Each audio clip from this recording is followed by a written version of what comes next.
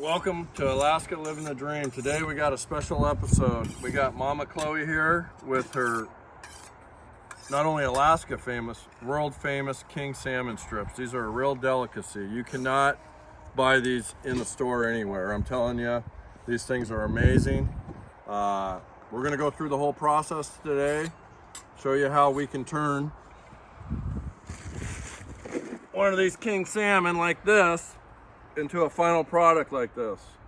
Everybody loves these. You cannot find these in a store. The kids love these. They come over, we feed them to the babies. The kids are always running over and stealing some. Whoa, Bo's coming in right now. He loves, ooh, what's he gonna pick? He picked the belly strip. What's your favorite, Bo? Belly. Oh, I'll take a bite. Let's see how many spinning glows you give it.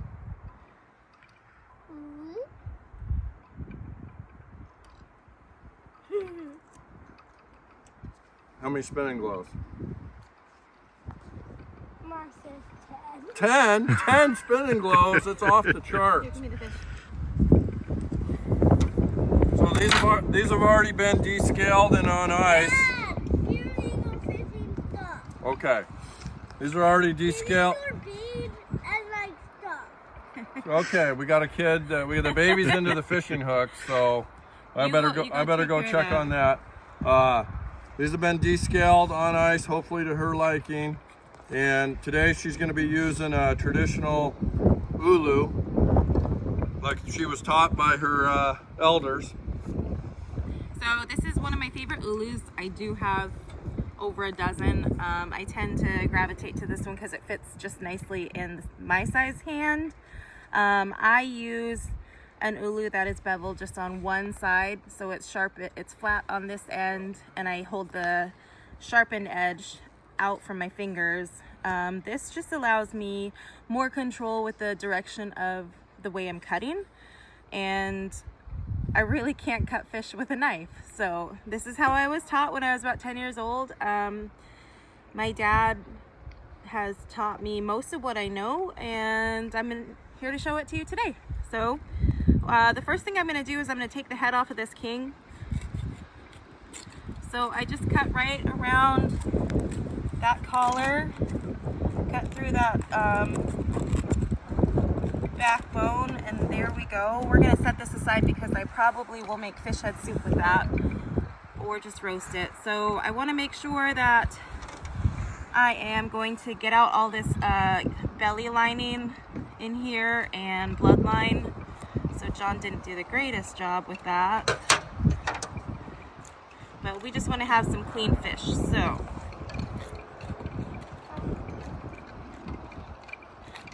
when I cut with an ulu, I leave the collars on. I hold on to this fin. The first cut I'm going to do is cut out these fins and the inside bones.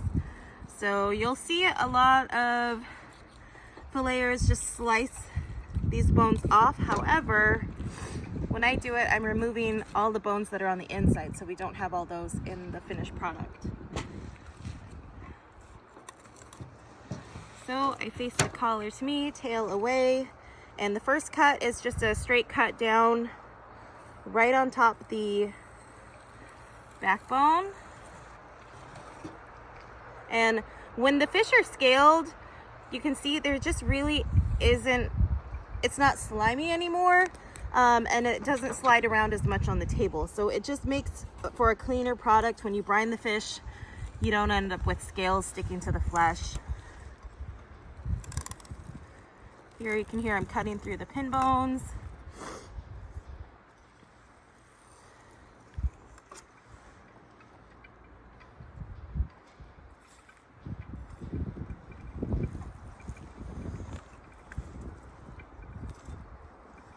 And with an ulu, you're cutting down along these rib bones, and then you don't have to go back and cut those off. So that's the finished fillet. And then I just flip this over.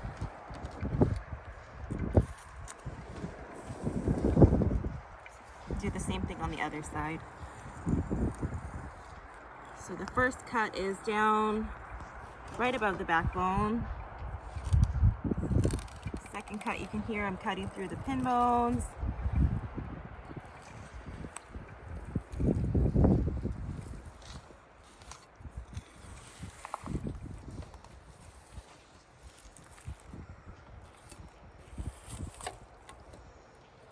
And there you go. There's 2 fillets. What I like to do is save this backbone and throw it on the barbecue. Just season it up, put it on a pan, barbecue it, the fish, then you just use a spoon and scrape all that meat off.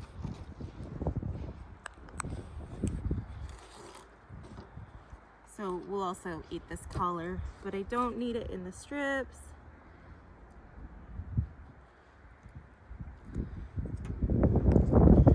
So one part that a lot of people skip is plucking these pin bones out. There's about 28 pin bones here in the salmon, and if I were to leave them in, you'd have about 2 whole strips that are just full of bones, and they're not as enjoyable to eat. You have to pick the bones out of your mouth.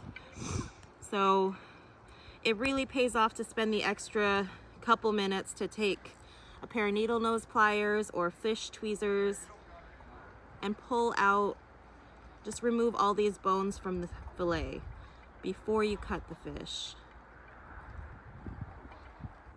Okay, so I got all the pin bones out.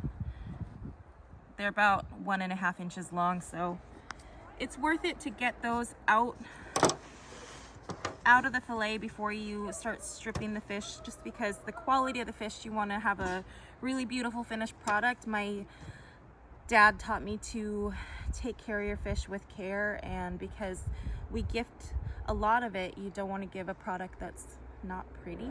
So, you know, the quality of the finished product is really what matters. So,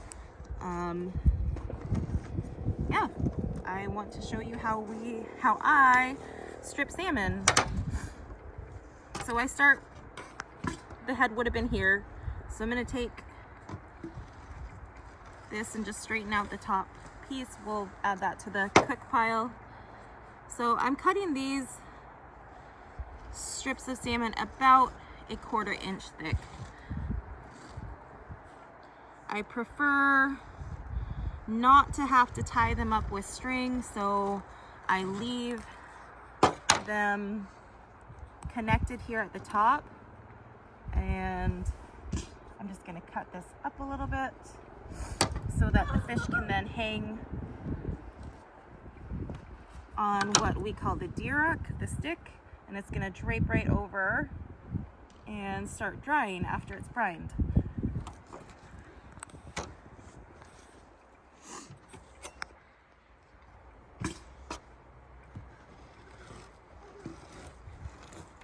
So cut right to the top of the tail, leave that attached, start your next cut,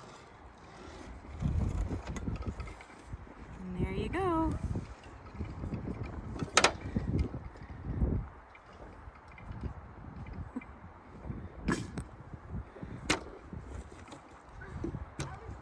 So you would think that with a big king salmon like this, you end up with quite a bit of product, but realistically, these are gonna dry, they're going to shrink when they're drying and smoking.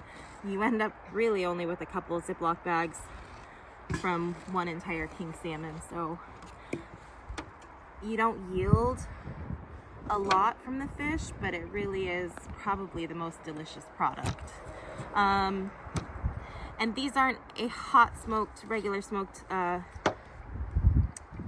strips are cold smoked. So you want to maintain a cooler temperature of the salmon. Essentially, you're just drying them and smoking them. You don't want to get the temperature up hot where it's cooking them. So the control I have with the ulu just really allows me to slice right through the skin. It's nice and sharp. And I'm gonna set these aside. They'll get brined here shortly. I don't waste the belly piece. Everybody loves the belly. My husband and I had a disagreement when we started dating because he would save the belly of salmon to use in his chum bags. He probably doesn't want me saying that, but it really disagreed with where I come from, because the belly is such a delicious part of the salmon, and you know, I had to put an end to him throwing salmon into the ocean. That's the best part. So one of our other disagreements. But anyways, this is the belly piece. This is what my son came over and he grabbed. They're the first pieces to go off once the strips are done. So it's just nice and fat. Since it is so oily, what I'm going to do is take some little about 45-degree slices into the meat here to allow it to dry more evenly. So I cut that and then stretch it so that you can kind of see it's going to hang. It's a tricky piece because there is that big fin bone there. So we're probably gonna, it ends up hanging like this, but this tends to happen, so sometimes you gotta use string. So yeah, you get about 4 to 5 hanging strips from a fillet, and it takes a long time to do it. So I do want to make mention, if you notice in the video, these earrings are by my friend Chloe Mathis in Nome. Her Instagram is Flat Glass, and I just want to say she's pretty amazing and unique. So she's also a really good fish cutter. Follow Chloe, find some cute stained glass items. All right, cut out this tail and all the bones with it. You cut just at a little angle up, a little angle down, and all those bones in there can come right out. Then I just make a cut to the bone here, flip it over. So the first cut is a pretty parallel cut to your table. You can see where the backbone of the fish is here. We're cutting right along the top of the backbone. So my first cut is just through the skin, all the way down. You can see the scale, wipe the scales off. It's not real deep. The second cut, we're going about to the backbone, so still kind of parallel. Once you get to that backbone though, you want to tilt your ulu at a slight angle down towards your table, because you're now cutting along the rib bones. So you can see I'm just making a couple cuts forward. You don't want to open it too much, but a lot of it's just feel and practice. Like I said, I've been doing this for over 25 years, since I used to come dip netting down here with my dad. Really wanted to cut fish. He wouldn't let me.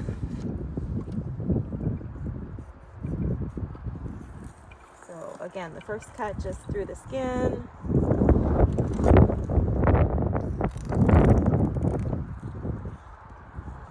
Once you get down here, you just have to go kind of up and over that backbone. So just down a little ways.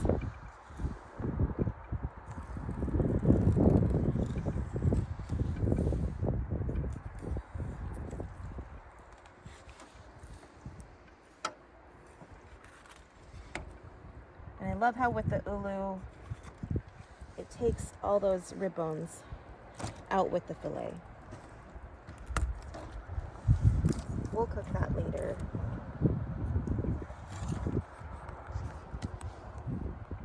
The fish head, don't waste it. It's delicious. Salmon cheeks, just like halibut cheeks, they taste so good. The eyeball is delicious. To prepare this, I'm going to cut off this bottom jaw. It's just full of really pokey teeth. So you just put your knife here, kind of cut straight down. King salmon teeth, they're really sharp, and I really want to avoid my children getting cut on those. So that jaw's coming off. The gills are in here. If you just cut, make a little cut right along the top of this fish's mouth there, this whole piece can go in the trash. So there you have it. Then you just cut the salmon head right in half. And this is just full of really good collagen and fat and cheeks in here and eyeballs and a lot of good meat. You can throw these on the barbecue. They're delicious to throw into a fish head soup. One other tip that I like to do, there's teeth here. For my own sake and my children's, I just cut those teeth off. Then you don't have to worry about hurting yourself when you're trying to eat those. But this boils up really good. You could throw it into a chowder if you wanted to. There's quite a bit of a cheek in here, and then the eyeball. Once you cook these up, they just fall apart. They're really good. Yeah, especially if you have some eggs, salmon eggs to throw in there with them.